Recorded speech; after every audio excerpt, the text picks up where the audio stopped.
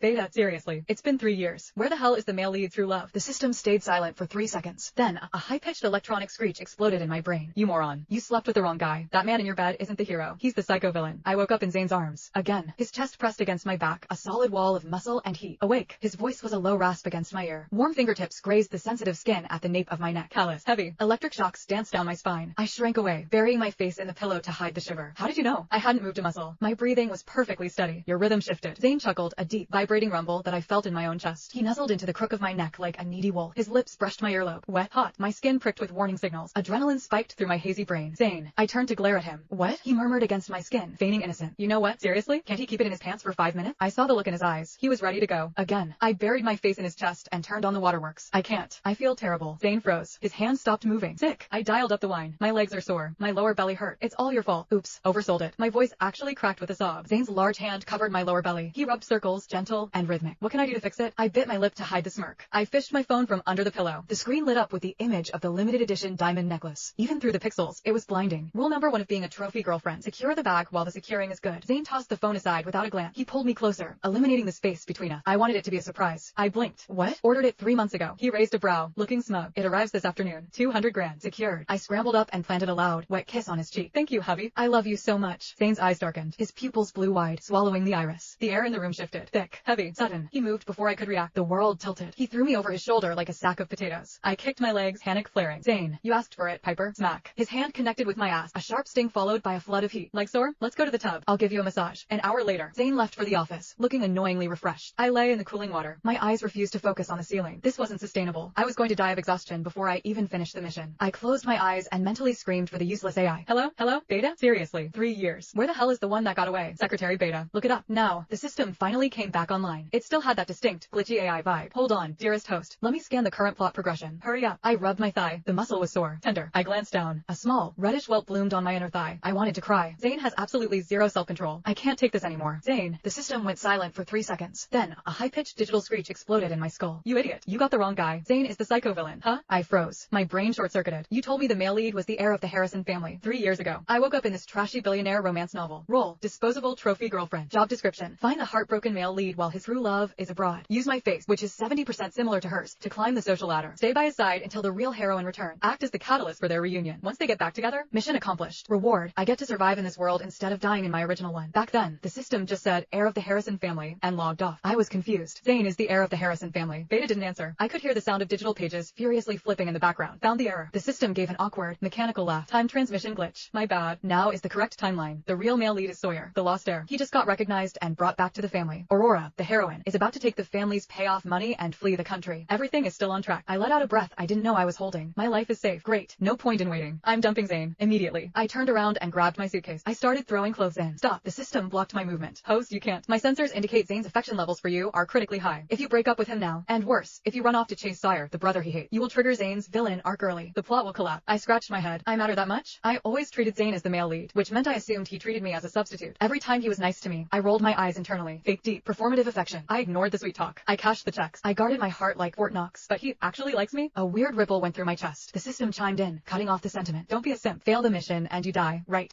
Romance is cool, but breathing is better. I shook my head. I cleared out the messy thought. Focus on the job. So, what do I do now? Beta's voice turned conspiratorial. First, we need to tank his stat. We have to lower Zane's affection for you. Beta started brainstorming. Make him hate you. Reverse psychology. Have you tried love bombing? Suffocate him with affection until he can't breathe. Be clingy. Be annoying. Be a stage 5 clinger. I hesitated. Will that actually work? Just try it. Start by blowing up his phone. Something felt off about this plan, but my brain was fried from the morning's activity. I couldn't pinpoint the flaw. I decided to be a good little host and listen to the AI. I picked up my phone. 12 unread messages popped up. The oldest one was from 3 minutes ago. Baby, awake? Asterisk, the necklace is en route. Pick out whatever else you want. Asterisk, Carmen will be there in 10. Let her keep you company. Asterisk, do not open the door for anyone. Understood? Hello? Why aren't you answering? I'm turning on the cameras. Shit. I realized what was wrong. Zane is already a control freak. He's the clingy one. The man acts like he has severe touch starvation. If he's home, he's glued to my side. If he's at work, he sends 800 texts a day, and he expects an instant reply. I used to wonder how a CEO had this much free time. When I asked him, he just smiled and kissed me. Silly baby. I'm the boss, so I can slack off whenever I want. I groaned. Beta, this strategy is garbage. Baby, who are you talking to? Zane's voice filled the room. It didn't come from the phone. It came from the surround sound speakers. His tone was gentle. My blood ran cold. Beta was unfazed. Don't panic, host. Plan B. Be irrational. Be a brat. This is the perfect setup. You ignored his text. Flip the script on him. Accuse him of ignoring you. Flip the script. I wasn't sure, but I didn't have a better idea. I pinched my throat to affect a whiny, high-pitched tone. You have the nerve to ask? Can't you tell I'm mad at you? Why do you always send Carmen? I huffed, injecting injecting maximum grievance into my voice. You just don't want to see me yourself. You're brushing me off. I kicked him out this morning, literally an hour ago. This was peak unreasonableness. Silence stretched over the speakers. Did it work? My heart hammered against my ribs. Zane was quiet for 3 seconds. When his voice finally came through the speakers, it was dropped an octave. Rough, vibrating with something dark. Baby, you're so different today. That's the first time you've ever said you needed me. I like it. I like it when you're mean to me. Beta, host. What the hell did you turn him into? Me. I swear I didn't do anything weird. I was just following the sugar baby survival guide. Rule number 4. Keep the affection semi-sweet. Never give them the whole cake. Zane's tone softened, dripping with indulgence. Didn't you say Carmen has better taste than I do? I was trying to figure out how to keep the bratty act going, but he just handed me the ammo. Carmen, the only female assistant in his orbit. She's been with him for years. She literally took a knife for him once. In the past, he even sat me down to explain it. She's my savior. She's like a sister. I knew there was nothing going on between them, which made it the perfect target for a irrational meltdown. I put my hands on my hips and channeled my inner drama queen. Carmen, Carmen. It's always Carmen. Do you have a thing for her or something? I took a breath and launched the nuclear option. If we both fell into the ocean, who would you save first? I held my breath, waiting for the classic line. She's just a sister, Piper. Stop being crazy. Instead, a laugh bubbled through the speakers. He sounded thrilled. Are you jealous, baby? Do you want me to fire her? I'll do it right now. Excuse me? Is this guy for real? She is your literal lifesaver. I watched the monitor. Zane was already unlocking his phone to make the call. He didn't hesitate. People were just resources to him. Disposable the second I frowned. Panic spiked in my chest. No, stop. Carmen is a saint. She has impeccable taste, and she actually helped me. Back when I first woke up here, I was playing gigs in dive bars to survive. It was a messy scene. One night, some creep tried to slip something into my drink. Carmen was the one who stopped it. She's been my biggest fan ever since. She brings me gifts. I can scam Zane all day long, but hurting Carmen? That's bad karma. I scrambled for an excuse, twisting my fingers together. I wanted you to keep me company, not Carmen. It's not her fault. Zane chuckled softly.